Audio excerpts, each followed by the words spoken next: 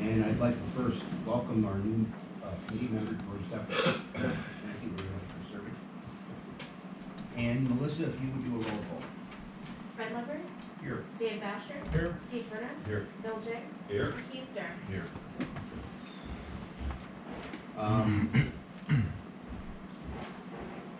Do we need to vote on Fred Bertrand? Like, we didn't add him to the roll call?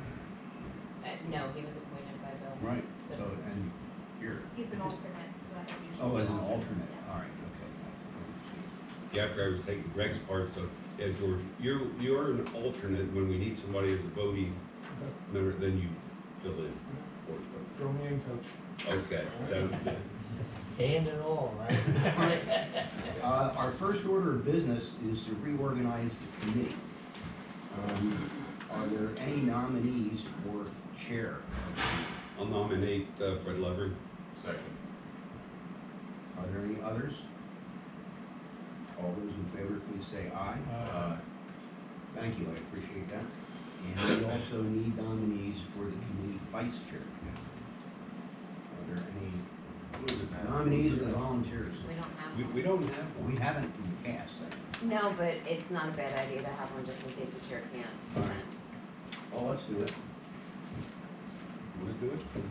All right, I nominate Dave Boucher. I'll second that. All those in favor? Aye. Knew we were gonna get you back in here. Just when you thought you were out. Again? Feel you back. We'll never be out, Dave. All right, the next item is, of course, public comments. Are there any public comments today, other than the presentation from here? None? All right. Now we have, first off, we're gonna have some updates on some things that have been discussed before, but we're going to learn about all the latest details. And the first is the apartment scheduled for 521 Van Reed Road. Who is going to be leading that charge? Do you need to leave or anything like that, but we should stick to you? No, thank you. All right, I'll start and then we'll give it over to Dave. Sal Folino from Brennan and Folino here in Wyomissing. I represent the Folinos. They were here a while back. As you know, they're looking to put 198 units on Van Reed Road next door to McCarthy. It's currently almost 4 acres vacant lot. They need conditional approval to go through the process. One of those sections is 502D, that's 75 feet. They're proposing to go 87, so almost 87 and a half feet high. The other area that they're looking at is the paved area. Currently, there's parking, and we'll go through this in more detail, but there's parking underneath the units and above ground to leave as much green space as possible, and to leave space for sewer water relief. So that's also section 503D that we'll be asking for conditional approval. And that's the paved area permitted is 10%, and we're requesting to go up to 48%. But at this time, we just wanted to present the plan to you guys, get some feedback, and I have Rob here, who's gonna go through the plan as soon as we reconnect. Of course, time is everything. To give the committee some background while we hopefully get our technology back in place. There we go. McCarthy Engineering and I have had multiple meetings. Most recent, end of December, to kind of do a preliminary review, express any concerns. Greg Richardson from Traffic Planning and Design, our traffic engineer, was part of those meetings. Obviously, staff from McCarthy, myself, to identify any potential subdivision and land development issues, zoning issues, traffic planning issues. So with that, I think the plan's been pretty dialed in, For the most part, yes. at least to get us to the conditional use hearing, which is scheduled for February 22nd. So, all yours. Okay. As you can see, based on the layout, we have a large apartment building which is sort of in a W shape. There's going to be open areas in the 2 fingers that extend down that show with a little square hatching, and a pool within there. Those will be open courtyard areas. That way all the units will have windows and outside exposure on both sides of those fingers as they extend out to the north. We'll have 2 access points that come off of Van Reed Road and another access point that comes off of Greenwich. That way it'll provide for diffusing of traffic in there. Excuse me, we're in Berks County. that would be not, it would be, oh, I'm sorry, you were right, it's Greenwich, not Greenwich. I'm sorry. I thought you had it backwards. No, no, it's okay. I can flow either way, whichever way you guys want. But, No. so, Greenwich. so the three separate access points provides for, again, diffusing traffic, also, additional emergency access points if one would happen to get blocked in the case of, you know, some sort of emergency. We have 2 levels of parking provided underneath the building.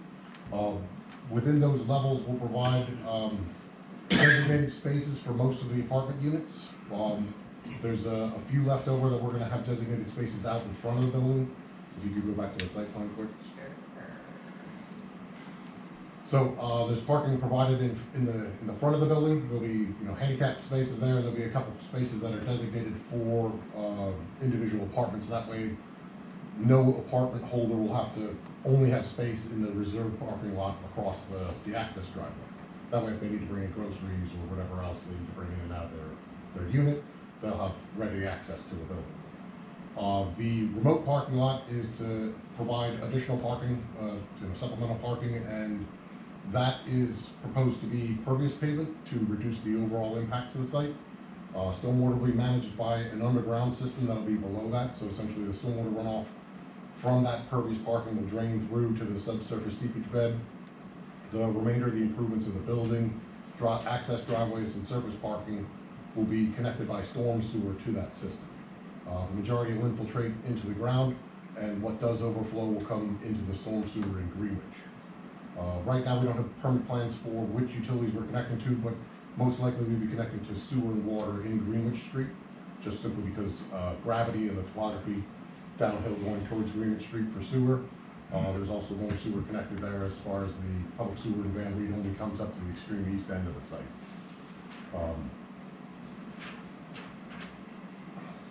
Let's see, I think that covers pretty much most of the summary of what's being developed here. I guess if you guys have any questions or anything else, we'd be happy to answer them. 5 stories? 6 stories. 6. And the infrastructure over there, the sewer and water is adequate?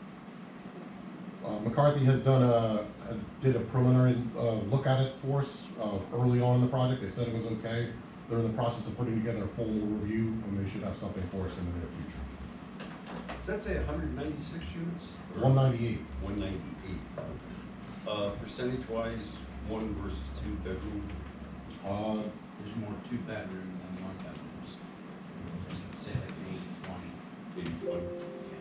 More 2-bedroom, you said? Correct. Was it just 1 and 2 bedrooms? Yeah, 1 and 2. I think I only have three bedrooms because there's not really much use for those. How's the height compared to the medical school? Medical school's at 115 feet. But I mean, one of the things I was gonna point out, if you look at the topo, I mean, anyone who's familiar with this lot knows the grade change from Van Reed down to Greenwich. So in calculating the overall building height, it's using the average grade plane, which is when you have a lot where the topography is this extreme from one end to the other. You take the building height on all 4 sides, measured 6 feet out from the proposed foundation, add those numbers together, divide by 4 to get the average. So while in the overlay the height's limited to 75 feet, the average based off of measuring with the grade plane is 86.7, I think. Something like that. It's slightly under 87. Now, you're gonna see from the Greenwich side, it's gonna look much higher just because of the elevation, but from the Van Reed side, it's probably gonna look very close to 75. Yeah, on the Greenwich side, they'll be exposed to 2 subterranean parking levels. On the Van Reed side, you'll be at grade entrance up on the ground floor. Take a 30-foot drop. What square footage is even? They're around like 1,001 to 1,003. 1,004, right around there. Is it all residential? All residential. Who are you identifying as a target market? I'll defer to the developer, but I believe there's, Well, the rents are gonna be a little higher, so I would say the young professional and, you know, more of the professional people around the area.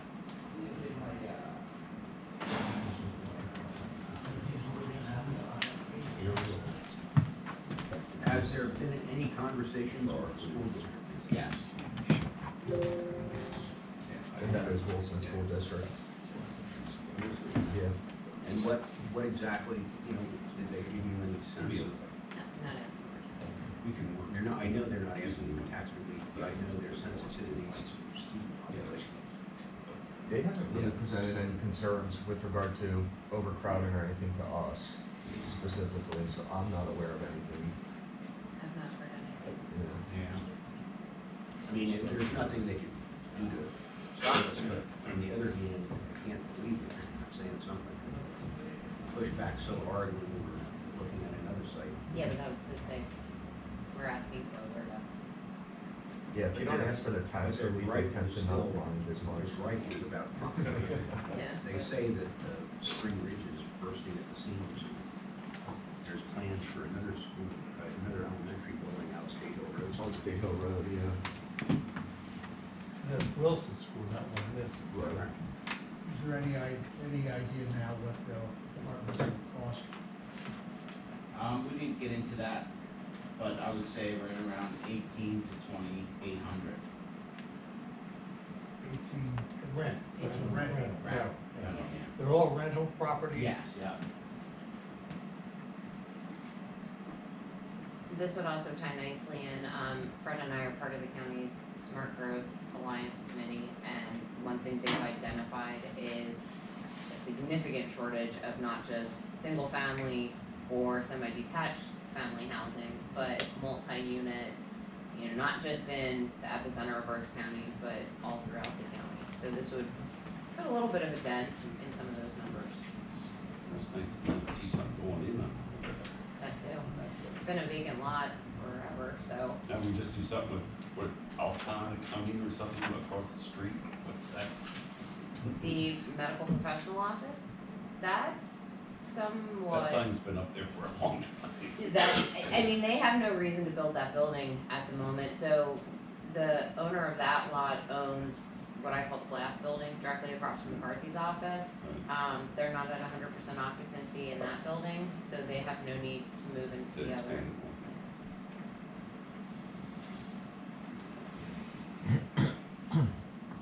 Are these units individually utility metered and stuff like that? That Yes. there's potential for condos at some point in the future? Yeah, they are individually metered, but the game plan is long-term holding.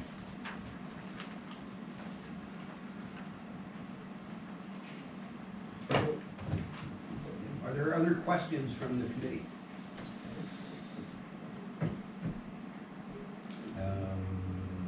So we are looking for this committee to make a recommendation to council in regards to urging them to grant the conditional use approvals related to building height and paved coverage. Last shot, anybody have any further questions? Would one of our committee members be willing to make such a motion? We have a motion, is there a second? Second. And a second. Further discussion? If not, all those in favor, please indicate by saying aye. Aye. Anyone opposed? Sounds unanimous to me, gentlemen. Thank you very much. Thank you. I should be sending the paperwork out. The public notice I've already sent to the Reading Eagle. Jim has the posting, so expect the property to be posted soon if it hasn't already. The mailers were sent out on Monday. So I will be sending all of the hearing documents to council. I'll copy any economic development committee members that are not council members, just as an FYI, and then Sal will make sure you get a copy of all that as well. Sounds good. Next meeting, PC meeting's at 3 on the 22nd? Is that when we're Planning Commission Yeah. meets, obviously, February 6th, it's a little short notice for that one. Okay. Then it would be March 6th, it's always the first Monday. And then zoning is, when's the next meeting for those? February 22nd. At is- 3. No, at 11. Oh, at 11. That's the conditional use hearing. Conditional use. And then if you're ready, Rob, to go right to Planning Commission, you'd almost need to submit before the conditional use hearing, so you might wanna wait.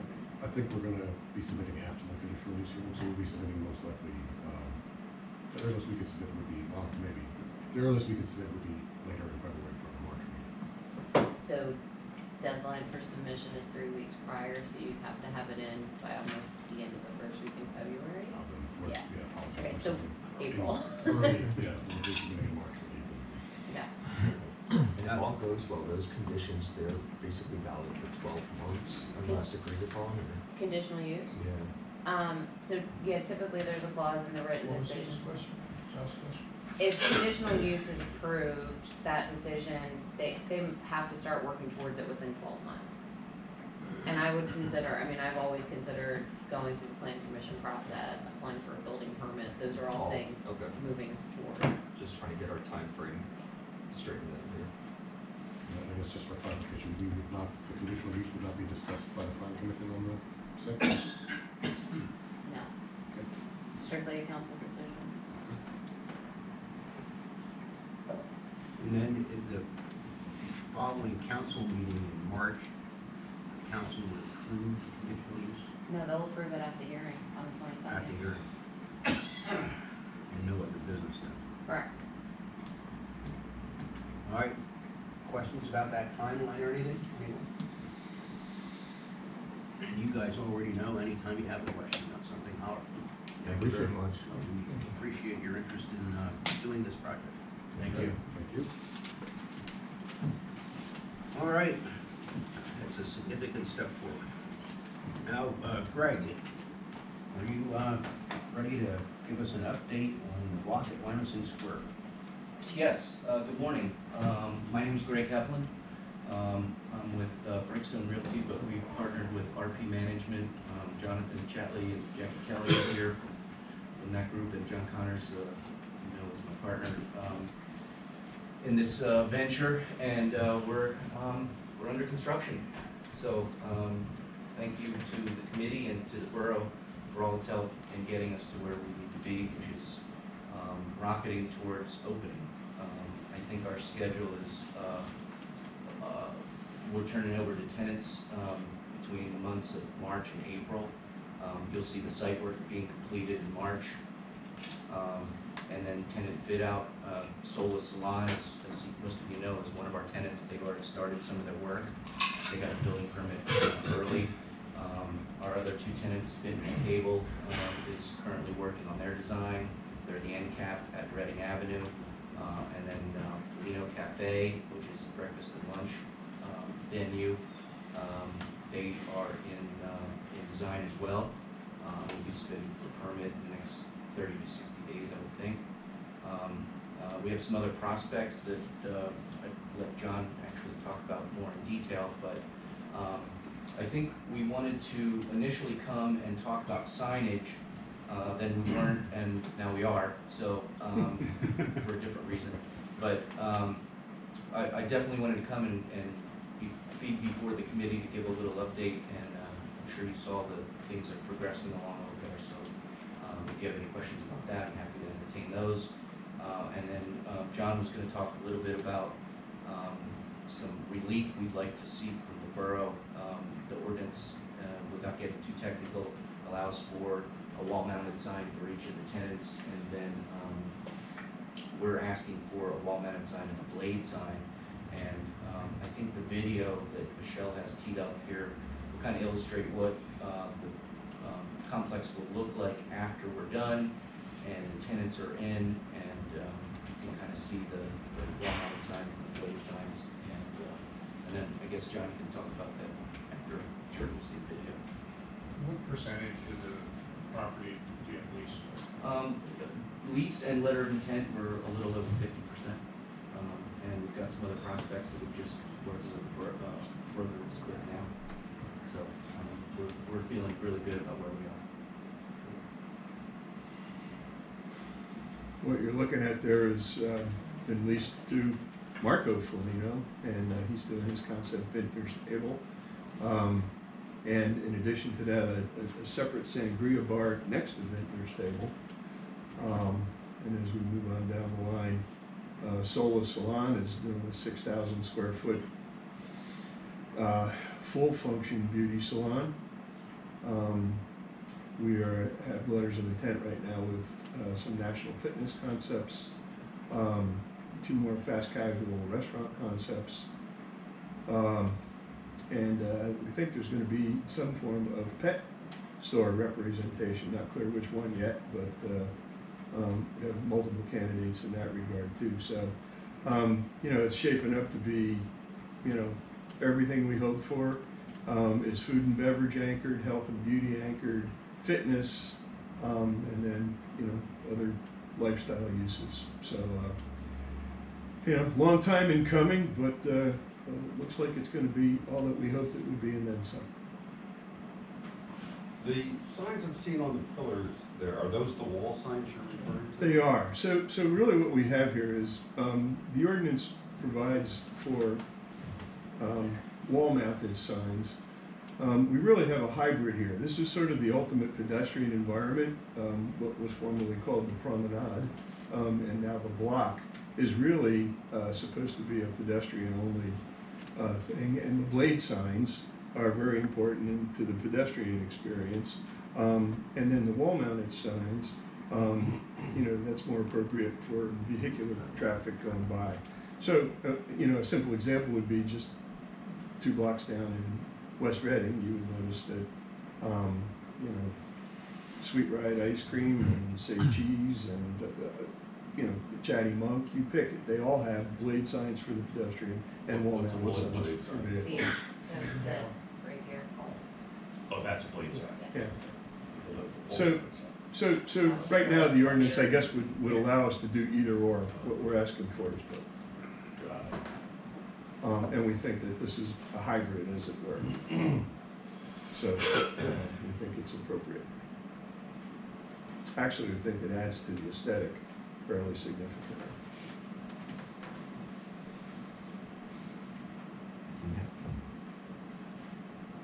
Questions, anyone?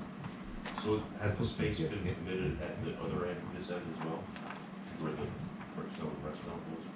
That is not committed yet, but we have 2 tenants that we're talking to right now that we're close with. So what was formerly Brickstone's, the world's largest restaurant, is now 3 restaurants, and sized appropriately. For a national chain restaurant, we have 6,800 feet at the end cap, plus indoor-outdoor space, plus outdoor space. So that's pretty much,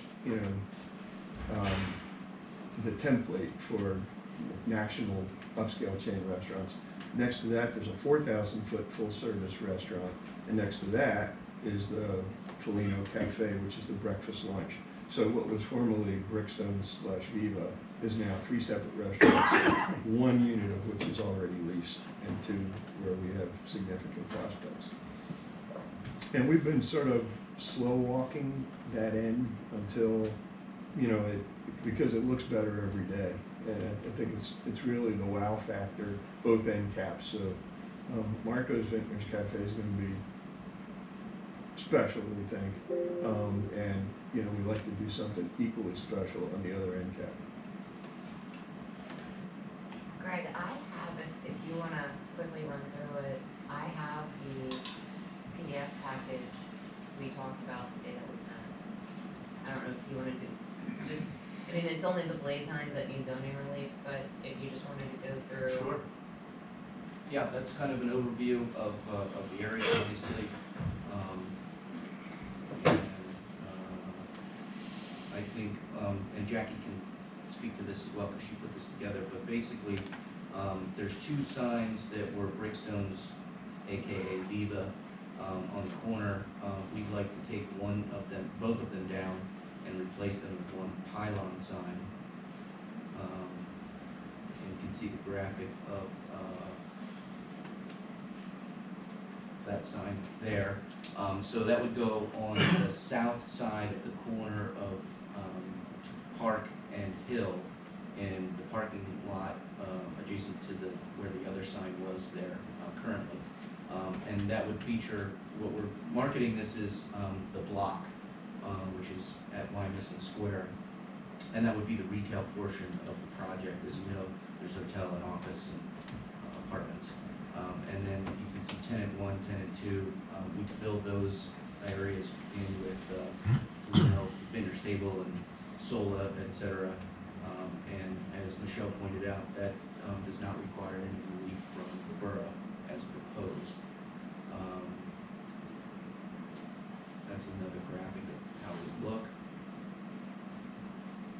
Some construction drawings. I assume that's set that far enough. Yeah, That's so, not gonna affect, eyesight, We correct? looked Chad? at line of sight with clear sight triangle. That was something we were a little nervous about. yeah, it's actually gonna be a little bit, further south than the existing sign would be in the park. You can actually see on this plan, Bill, the clear sight triangle and where the sign's going in relation to it. Oh, okay. And there's the sign, there's the existing sign, and there's the existing sign on the other side. We'll have that engineered, but, that was my attempt to graphically show you if it works. So then, what John was referring to was, the fact that there are two, one sign permitted on the building, we're asking for two, but, the second sign is really just this blade sign, which is more ornamental than anything, it's really, but it does identify the tenant as you walk down the sidewalks or down the promenade. We'll have awnings on the, Polino, Vintner's Table end, and then, kind of a flat awning, if you will, with the Sola Salon sign, and that's kind of an example of those. The other tenants that you didn't see in the movie will have, or at least we're proposing to have, some sign above, on the dark band above the storefront, so that you can see that from the street, or maybe even from the parking lot, or from Penn Avenue. I mean, we all know that the majority of traffic comes down Penn, and we'd like to put the pylon sign there to attract people that might be passing by, and let them know that the retail tenants are there. The blade signs are obviously, you're already there, and you're doing your shopping, or you're walking up on the promenade, experiencing the retail space. That would just get you kind of into the store. I think that was it, right?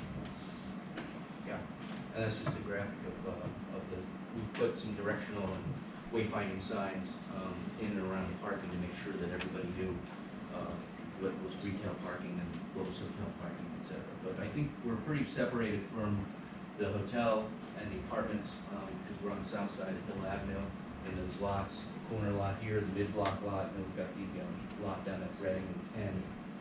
And we also have the lot that Viva used up to the hotel portion, So you own all those parking lots? Yes, sir.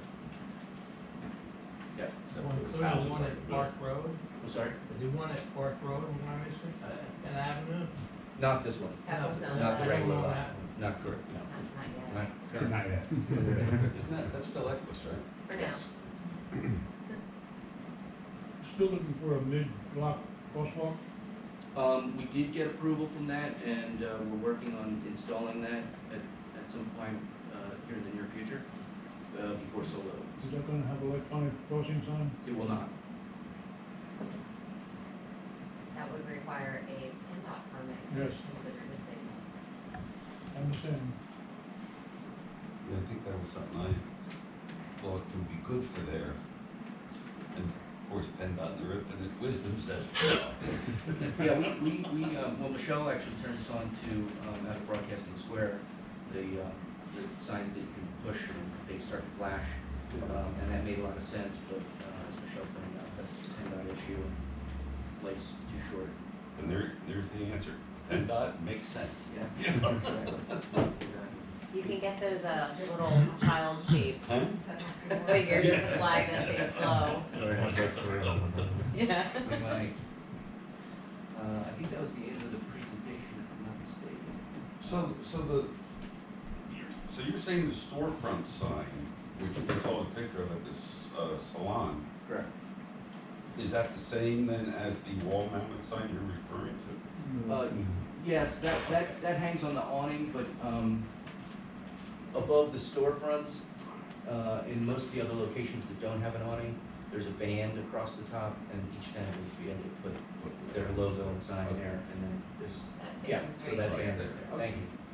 Yeah, and then you can see the blade sign there, so, it may seem a little overkill, but really, retail tenants are there to make sure that they've got enough patrons to keep them going. And signage is one of the things that they get cold comfort from, to make sure. that They're actually pretty manic about it, and the national franchisors have minimum signage requirements that they impose in the lease.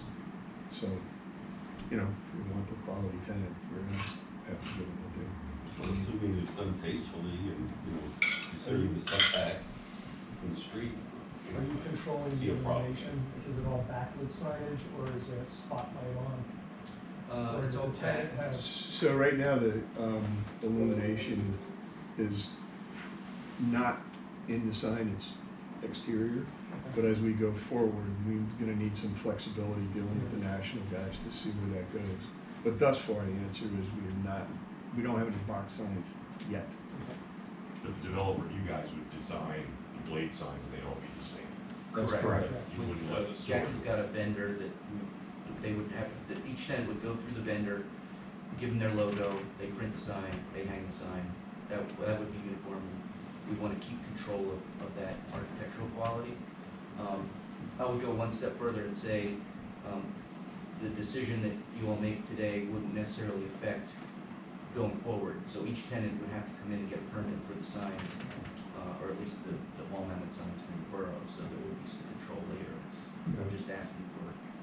I had a 45-minute conversation yesterday with a national tenant where, as you know, there's sort of a bump outs, we'll call them, where in the middle, in the end caps, they sort of stand proud of the rest of the 10 feet.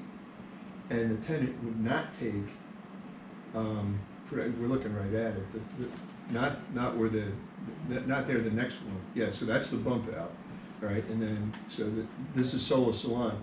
The tenant would not take that one because they thought that the sight line was obscured by the 10-foot bump out. In 40 minutes trying to persuade him to take that bay, he wanted the next one out. Which, you know, he eventually agreed, but that's how focused they are on sight line signage and whatnot. So just to clarify, not taking anything away from the Economic Development Committee, but you do not have the power to authorize them to move forward with 2 signs. That is the zoning hearing board. So what the request is to the committee is to make a recommendation to the zoning hearing board to consider approval of allowing more than 1 sign for each tenant.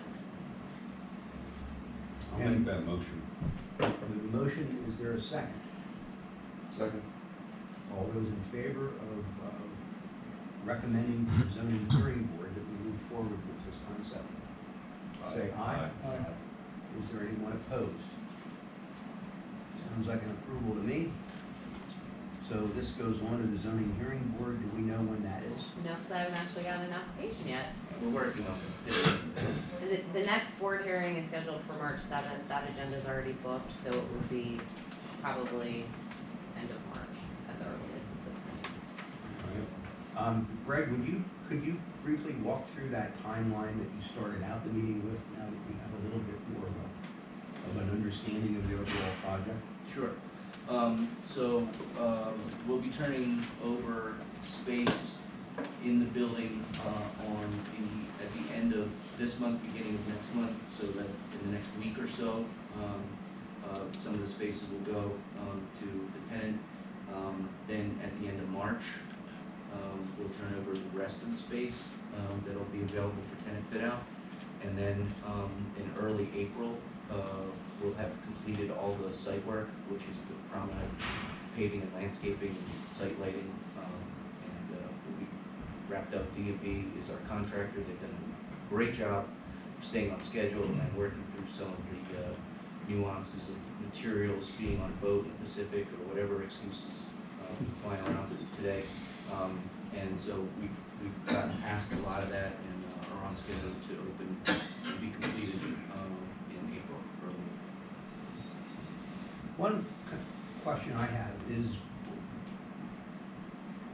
this is a condo that you own and now are leasing these pieces out. Yes. And the promenade is a very attractive place to sit down with a cup of coffee in your hand or something like that. I've noted in the vicinity that there are some frequently overflowing trash cans because of people who stop into Wawa or McDonald's and then sit down. There's a trash can by the ATM at the bank up in the corner on the other side of Penn Avenue that I frequently visit. And the trash can there is ridiculous. If I were the branch manager, I'd be out there picking stuff up every morning, but there's trash. And those things are not well attended to. And I've noticed some other such things. There are people who have that little pocket thing down at the corner of Park and Penn, and that sometimes gets seemingly overwhelmed. So all those things are whose responsibility, the tenants or yours? Mine. Thank you, John. You can speak to that.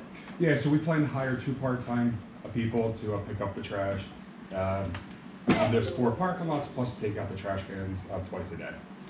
And since we own the apartments, we already have staff there. Excellent. I also think the clientele here would be significantly more civilized. Yeah. So, I would hope. Don't count on it. Yeah, the police substation. Wawa is a very busy One of suits. Where did everybody go before the Wawa? Yeah, exactly right. So, any last comments, committee? Not, gentlemen, thank you. This has taken a lot of patience to get where we are. And it's, on everyone's part. going to turn out well. So. Yeah, I think the amazing thing is not that we're still working it, it's that you're all still here as well. It's the same thing, exactly same folks.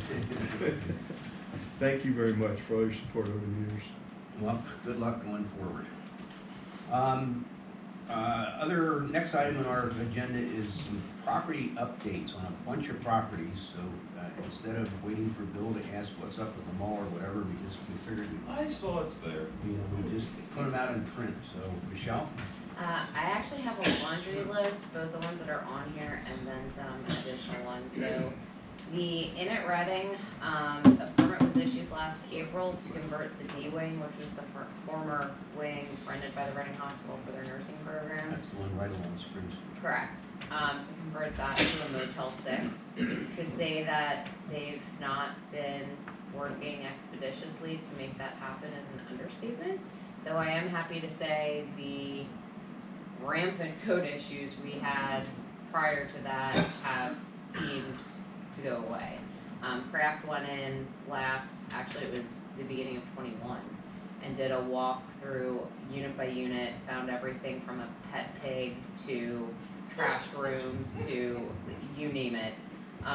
So they've continued to hold the owner's feet to the fire. The sign's finally been fixed. So progress, likely never perfection. The Sheridan, myself, the fire marshal, and 3 code officials from Kraft walked through the Sheridan Crown Plaza back in December. The property's been vacant since March of 22. There had been a 24/7, 365 security company that had been hired to be on site, who made it quite clear they had not been paid since September and were owed a substantial amount of back money. We're no longer keeping a presence on site. The day that we were there for the walkthrough, the brand new, and when I say brand new, he had signed a contract 48 hours prior, property manager flew in from Miami to meet with us. He's insisting ownership wants to rehab it wing by wing and bring it back online 100% as a hotel. I'm not too optimistic, as it's now been over 45 days since we walked through with him and we've not heard a peep. So Kraft and the fire marshal have strict instructions. January 31st comes and goes, we've heard nothing because we have reached out. I want an NOV issued for all IFC, which is fire code violations, property maintenance, building, you name it. There's significant mold issues in the New York and the Paris wings. Not that a decent cleanup wouldn't take care of, but it's interesting in looking at where they're coming from. It's almost like a sprinkler line froze somewhere and then had a trickle down effect. So whoever ends up with that The problem. fire system is still on. Yeah, it's on and working. Is there heat in the building?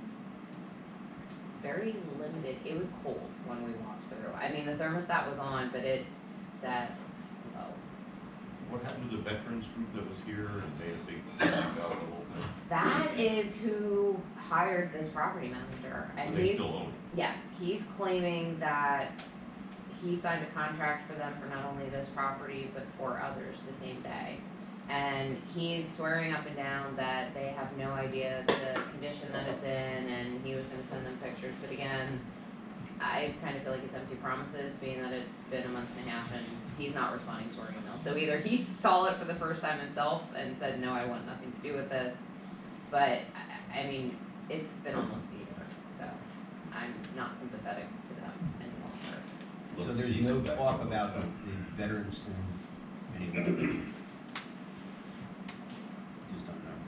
I've had, 2 real estate agents reach out to me representing different buyers who made offers up to 10 million to veterans to purchase it and were turned down. So that's the other perplexing part. Would they pay 10-7. Close enough. The former Customers Bank building across the street, as you all are aware, was purchased by Commonwealth Charter Academy. That is finally moving forward. John Buccino and I had a conversation 2 or 3 weeks ago that at the same time CCA bought that, they bought a ton of other properties throughout the state. And for whatever reason, just kind of were sitting on them, so they are moving forward with it. I've not actually seen any type of floor plan, building permit plan, other than John telling me, yes, the, intent is there on the charter school's part to move forward with occupancy at some point in the near future. The old Wells Fargo Bank on Park Road, I think most of you, at least that are on council or the planning commission, are aware, Loomis bought that, is turning it into an executive conference center with interior car storage. Interior what? Car, like, high-end, like, they just want the cars to sit there as showpieces, or when Not they, selling them, No. like a museum? just gonna sit them there. but not, like, Garage. He needs a place to put his car. Garage, it's a garage for his car. Hey, That's exactly, that's all it is. This is an executive conference center, so you gotta have a Rolls Royce store. he claims he was inspired by some conference place he went to, Yeah. that there were like Corvettes and all this other, I don't know. I'm sure. Whatever floats your boat. Probably one. The old bank property at Park Road and North Wyomissing Boulevard, that actually sold in 2022. A tech company bought it, tech company. No idea why they haven't moved in yet, but you should see occupancy there at some point in the near future. What I refer to as the dog pound, also known as 220 North Park Road, so fronted by Sunnyside, Martin's Flooring, A to Z Vacuum, and then everything that goes back. That was the subject of the property, what was that, end of 21 going into 22. There was a developer that wanted to put 300 plus apartments units there that Wilson did not want to talk to them. That whole property is owned by a gentleman named Stephen Mitnick. He would like to sell it, but at this point is holding off and basically doing a bunch of short-term leases on any of the vacant tenant spaces. I was told by an attorney last week to expect a zoning hearing board application for a doggy daycare location there. So that will likely be coming in the next week or so. Other tenants there, Sunnyside Medical, Yale Electric, again, Martin's, A to Z Vacuum, Keystone Printing's in there, Lisa Salon is in there. Building 7 Yoga is still in there, and I believe that's it. So are the apartments off the table now because? They were off Wilson- they've been off the table. I mean, if Okay. that deal wasn't gonna work with tax relief, Right. well, I should say without tax relief prior to inflation and everything that's happened in the past year with the markets, it's not happening now. I didn't know if it was definitely pulled. Oh, yeah. The gatehouse at the knitting mills, so Equus does still own that. They pulled a building permit back in late 2021 to fit it out. It would be really nice, office space for someone that needs a limited footprint. they did a really nice job renovating it, honoring the history of the overall site. There are some historical pieces they took from other places on the site and put in there, like some of the sliding fire doors. They had, I believe, a mural painted on the one wall. So, Great photographs. yeah, it's there, it's listed, Is that little yeah, right it's, at the entrance? yes, it's just, I think, finding the right person that would want it for some type of, and it's $750,000 is the asking price, so that's pretty expensive for a little office, but I'm sure someone eventually will want that, Make a good executive conference. minus Yeah. the cars. But there's no place to put the cars, right? You can put them out in the parking lot. How many if you square want. feet is it? It's like 1,600. Yeah, not a lot, They did a good job in refit, there's no question. yeah, it's beautiful. Second floor. It's beautiful. The island / powerhouse at the Knitting Mills, Equus did sell to Kevin Hughes. I've had a few meetings now with him, Boja Engineering, which is the engineer he brought on site.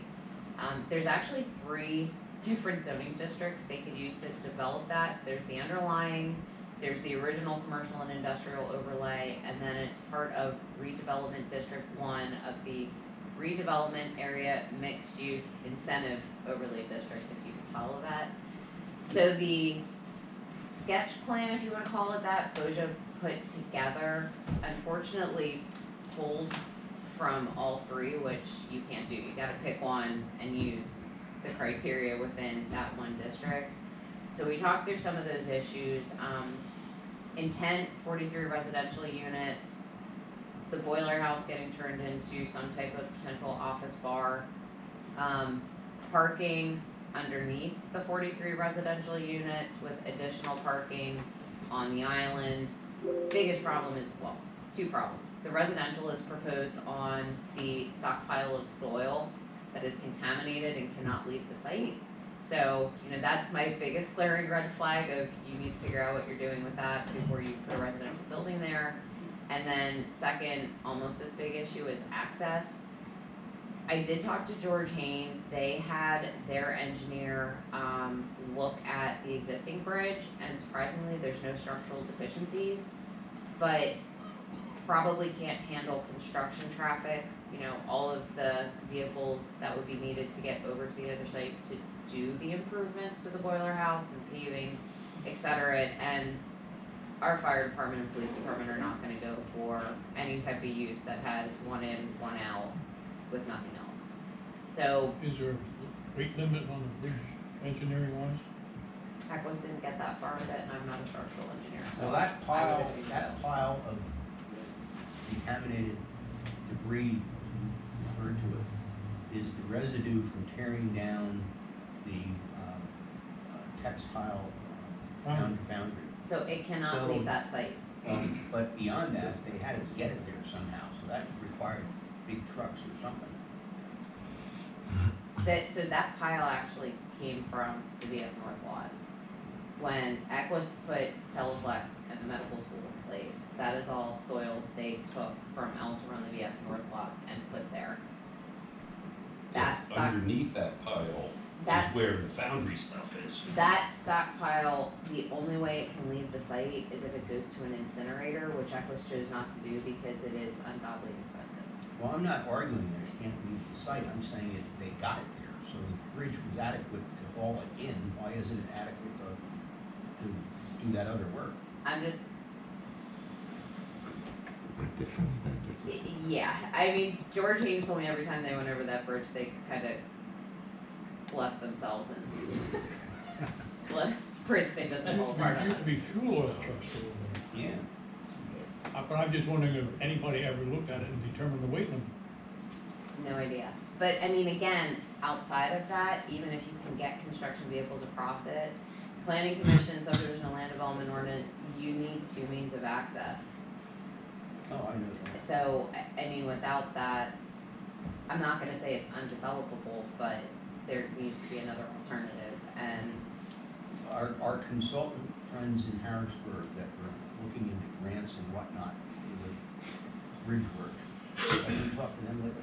yeah, I talk to them every other week. I mean, I think the understanding that needs to be buy-in council. That's a public-private partnership. You're talking a $5 to $10 million cost to build a pedestrian vehicular bridge from 8th Avenue to the island. And I mean, that's how I posed it to Kevin Hughes is, it's not that the answer is no, but I explained when we did 4th Street, Equus paid all the soft costs up front for engineering. You know, the borough was not on the hook for a dime until we actually got grant funding. So if he's willing to pay some of those costs up front for design and engineering, till we have a grant application and potentially get money, so be it, but I don't see the borough wanting to put their. Wilson. Actually, once you get to the railroad track, like the railroad tracks are the divider. Right. Railroad tracks go like that. Yeah, but That's what I the didn't know, south, I mean, as soon as you I hit, get it, but I don't know which as railroad soon tracks as, you're talking as about. soon as you hit a tie on the south One track. goes into the old outer station. One across the river. The old outer station in Reading. The Y tracks going across the river. The old outer station in Reading, the old Lebanon Valley branch, that was the line. Don't act like you know what you're talking about. I think one of my lots is right along. Yes. You might have some Yeah. idea. Because I pay Wilson, business privilege and one Wilson. You're Lucky welcome.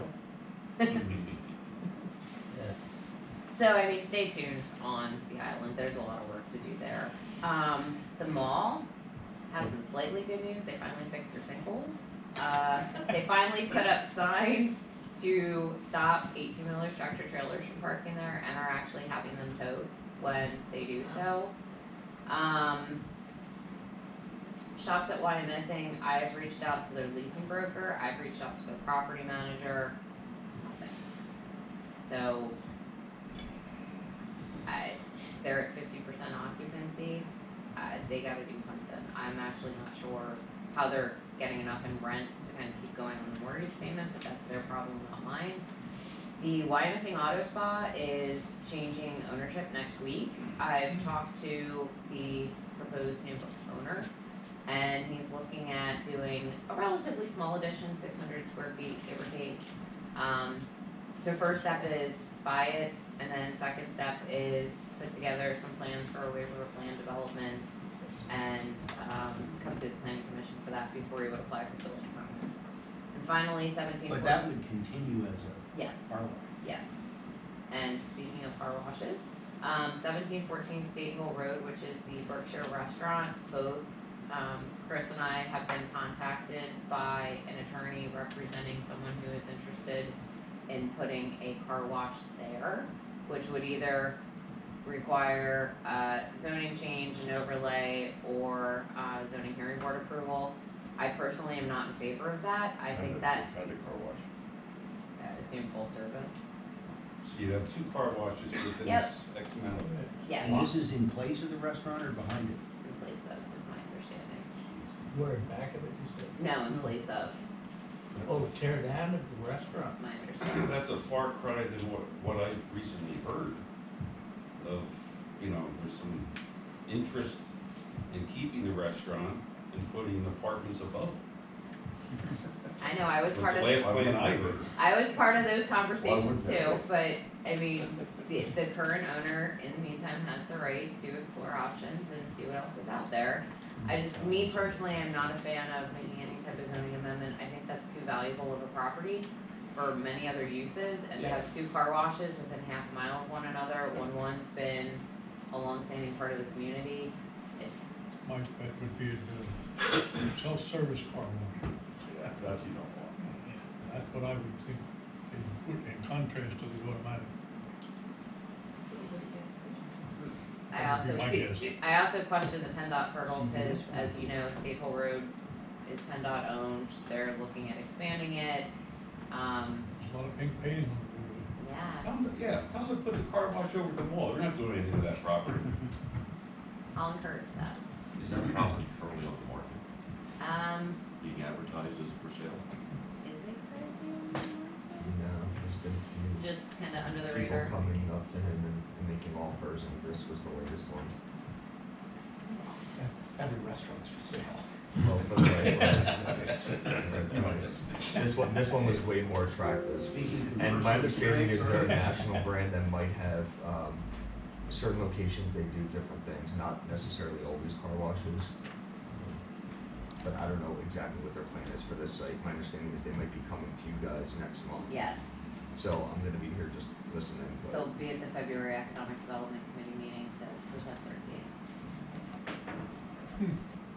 That's all I got But unless. just in anticipation of them coming in with a car wash plan and knowing the auto spa's a half a mile away, do we legally have the right to say, no, we've already got a car wash? It's not a use permitted by right in that zoning district, we so would- they need us if it would happen. They would need So us. we can, very subjectively say, now, we don't think the car wash is a good Well, they idea. have to prove that there's a hardship. I mean, if there's no zoning relief granted legislatively by the borough, they are at the mercy of the zoning hearing board, they have to show this hardship.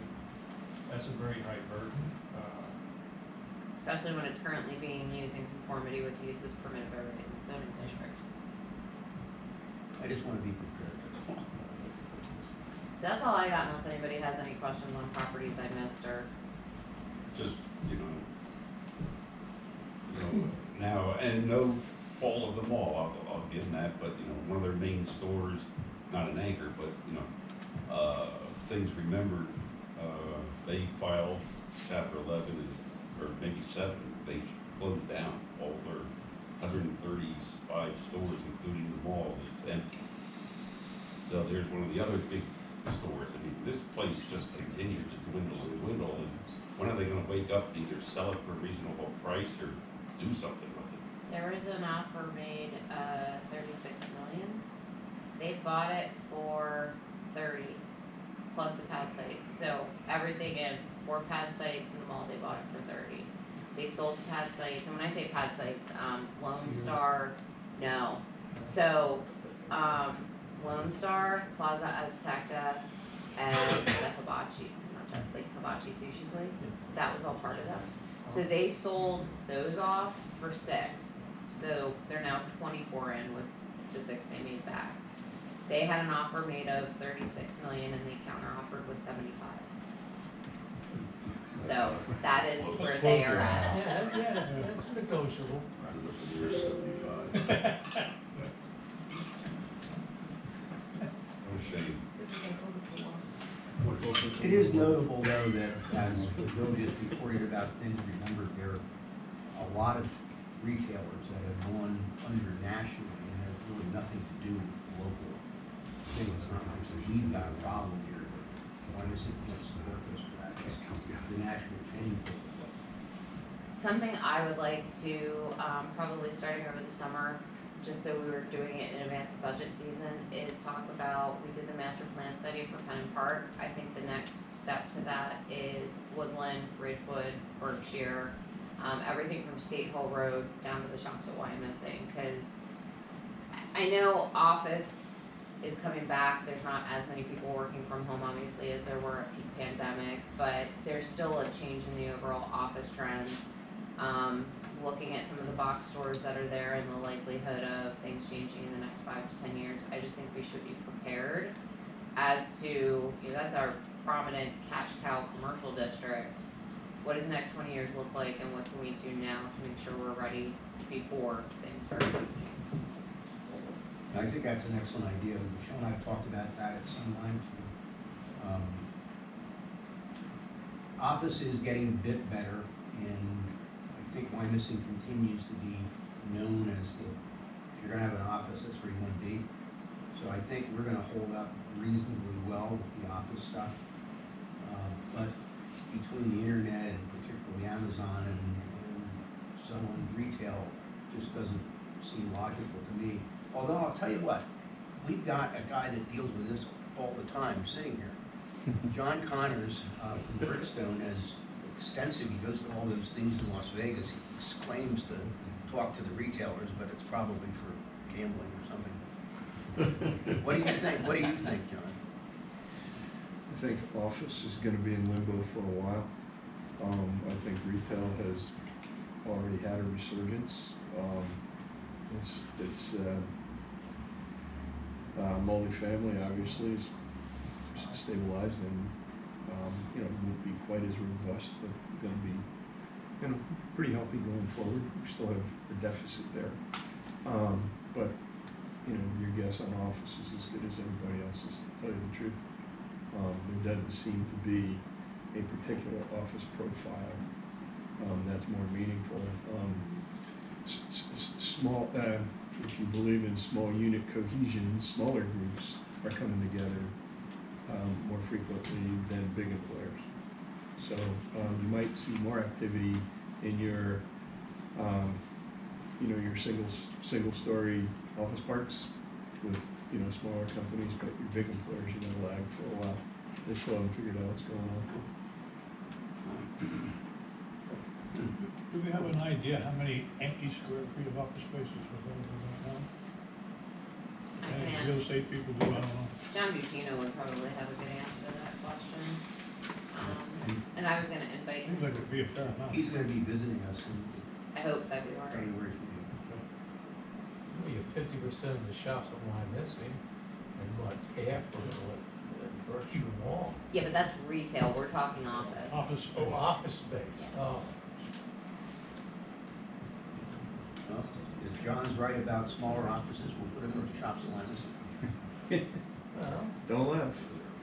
If it works and it fills a vacancy, Yeah. All right, committee, anything else for the end of the meeting? Anything else? If not, any old business? Anyone that wishes to bring up? Any new business that we haven't already discussed? If not, we shall adjourn. Thank you. Well done, 9 o'clock. thank you. Hey,